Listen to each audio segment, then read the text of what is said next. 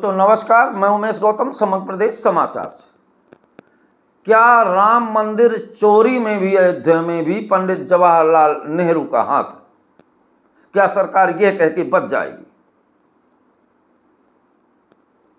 जबकि यह राम मंदिर केवल जो कहते थे हम राम को लाए हैं, हम मंदिर बनवाए हैं, तो उनको एक बात पहले हम स्पष्ट तौर पर बताने देना चाहते हैं। राम मंदिर की लड़ाई 50-500 वर्षों से चल रही थी और इसमें हजारों लोगों का रक्त बहा है। इसकी एक एक ईंट में कार सेवकों का रक्त के छींटे पड़े हुए हैं। पर यहाँ राजनीतिक लाभ के लिए कुछ लोगों ने राम को भी बच्चा बनाकर मंदिर में ले जाने की कोशिश की और स्वयं को कहा कि जो राम को लाए। ये एक बड़ी विसंगत थी और इस बात को कभी सोचा नहीं गया। और एक बात और बता दें, 500 वर्ष 600 वर्षों तक मुगलों का शासन था भारत में, पर राम मंदिर एक झोपड़ी में राम रखे रहे, पर चोरी नहीं हुई। पर ये राम भक्तों की जब टोली आई तो 2 वर्ष भी नहीं गुजर गए। पर पहले अब पूरी बात करते हैं। राम मंदिर बना और राम मंदिर का उद्घाटन होना था, तब हमारे संतों ने, शंकराचार्यों ने कहा था, लोगों को भूल गया हो, पर उन लोगों को इसमें कहना चाहता हूं जो लिखवाते थे कि मैं भी चौकीदार हूं, तो इतने चौकीदारों के रहते चोरी कैसे हो गई? मैं तो ये कहूंगा कि चौकीदार ही चोर है, क्योंकि संपूर्ण दायित्व चौकीदार का होता है और ये देश के प्रधानमंत्री हैं। संपूर्ण दायित्व इनका है, देश की सुरक्षा, आंतरिक व्यवस्था से लेकर बाह्य व्यवस्था को। विदेश घूमने भर से देश के दायित्व का निर्वाह नहीं होता है। आखिर क्या वजह कि राम मंदिर में इतना झूठ और गप पेलने वाला आदमी मौन है?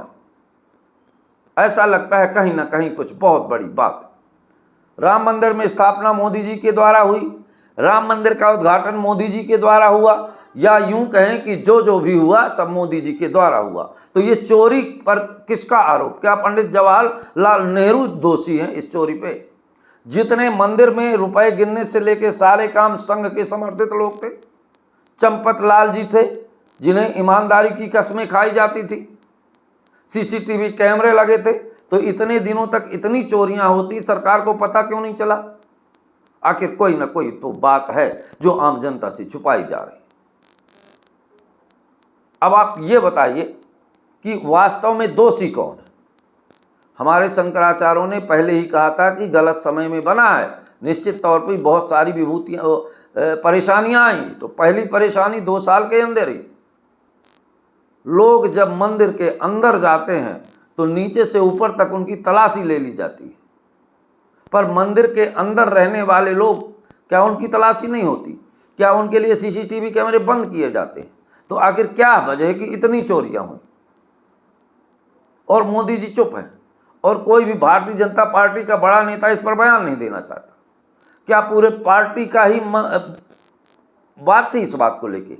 अब बात करते हैं योगी आदित्यनाथ की। भगवा वस्त्र पहन लेने से मन भगवा होना बड़ा कठिन हो जाता है। एक बात समझ लीजिए, भगवा कपड़े कंपनियों में बनते हैं, तो कंपनी में बनाने वाले लोग भी उस कपड़े का इस्तेमाल करते हैं।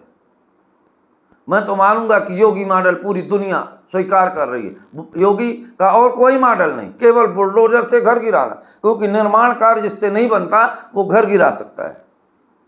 बुलडोजर एक घर नहीं बना सकता, पर उसे ढहा सकता है। इसी तरह जो निर्माण करते हैं उन्हें मिस्त्री बोलते हैं, कलाकार बोलते हैं, पर जो तोड़ता है उसे बुलडोजर कह रहे हैं। और देखना यह होगा कि आखिर राम मंदिर में इतनी बड़ी चोरी होने के बाद कौन कौन जेल जाएगा और कौन कौन की बात होगी, कौन कौन सी कंपनियां जांच करेंगी और योगी आदित्यनाथ का फैसला क्या होगा। आज तक कोई अन्य व्यक्ति, सामान्य व्यक्ति ने एक बटन भी चुरा लिया होता, एक कांच का शीशा भी तोड़ दिया होता राम जन्मभूमि का, तो आज उसका घर नस्तानाबूद कर दिया गया होता, उसका परिवार खत्म कर दिया जा सकता था।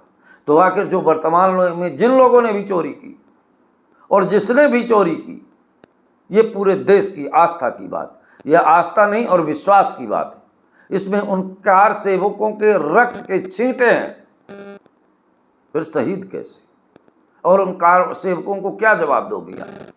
और कार्रवाई इतनी ढीली क्यों? राम मंदिर का मामला एक चोरी का मामला नहीं है।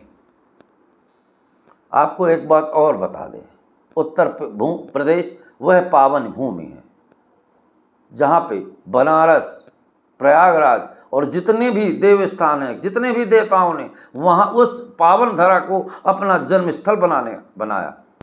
और आपको एक बात और बता दें, शायद ना पता हो, इतिहास के जितने धर्म हैं सारे ज़्यादा से ज़्यादा धर्मों का उदय उत्तर प्रदेश की पावन भूमि से ही हुआ है। और उसी पावन भूमि में अयोध्या में जहाँ राम ने जन्म लिया, और अयोध्या के मंदिर में चोरी हुई तो क्या योगी जी इसका पता नहीं लगा पाएंगे? और जितने सामान चोरी हैं, सोशल मीडिया में अगर कोई गलत आप बाय फैला रहा तो कार्रवाई होना चाहिए। ये पूरे देश की आस्था की बात। यहाँ मंदिर के जितने भी जन जन का पैसा लगा है, ये सरकार का पैसा नहीं है। आखिर एक बात समझ में नहीं आती, वर्तमान सरकार सत्ता की लालच में क्या क्या करेगी और देश को किन हालातों में झोंक देगी। आज तो पूरा देश स्तब्ध रह गया कि मुगलों के काल में मंदिर में चोरी नहीं हुई, अंग्रेजों के शासन काल में मंदिर में चोरी नहीं हुई, पर राम भक्त, देशभक्त, संघ के लोग, जब इन सब लोगों का एक छत्र वहां पे ही राज है, पूरी व्यवस्था इन्हीं लोगों की है, पूरा सिस्टम इन्हीं लोगों का है, उसके बाद भी चोरी हो जाती है। और एक बात बता दें, ये वही सरकार है एक कांच तोड़ देने पे घर गिरा देती है। रूल्स फॉलो ना करने पे शंकराचार्य को और उनके बटकों को चोटी पकड़कर योगी सरकार गंगा स्नान में खींचकर मारती है, वही योगी सरकार। तो क्या यही योगी सरकार अब कुछ कर पाएगी? एक बात और बता दें, गंगा स्नान के समय भगदड़ मची, कितने लोगों की मौत हुई, खबर तो यहाँ तक कि जेसीबी से समेट के फेंका गया। एक बात याद लीजिए, अपनी लाठी के दम पर जनता का मुंह बंद कर सकते हैं और लोगों की आंखों में आप धूल झोंक सकते हैं पर भगवान की आंखों में नहीं। एक चौपाई है कबीरदास की, दीन लखत है सबन को दीनन लखे न को, जो रहीम दीनन लखे दीन बंधु सम होए। वो दीन बंधु परमात्मा है, उसने आपके सारे कर्मों को देख रखा है। उसी का परिणाम है कि आज राम मंदिर में चोरी होकर और आप सब लोग मुंह दिखाने के लायक नहीं बचे।